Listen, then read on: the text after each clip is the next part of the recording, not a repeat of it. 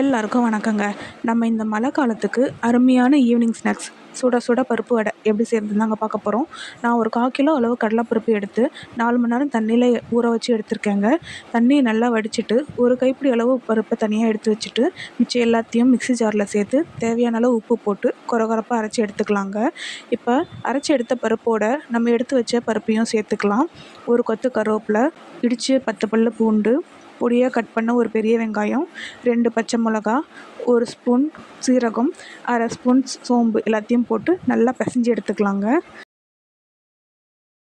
இப்போது அடுப்பில் ஒரு வாணலி வச்சு எண்ணெய் பொரிக்கிறதுக்கு தேவையான அளவு ஊற்றி அதில் எண்ணெய் நல்லா சூடாகி வந்ததும் நம்ம பிசைஞ்சு வச்சுருக்கிற மாவை வடையாக தட்டி போட்டு பேட்ச் பேட்சாக பொரித்து எடுத்துக்கலாங்க.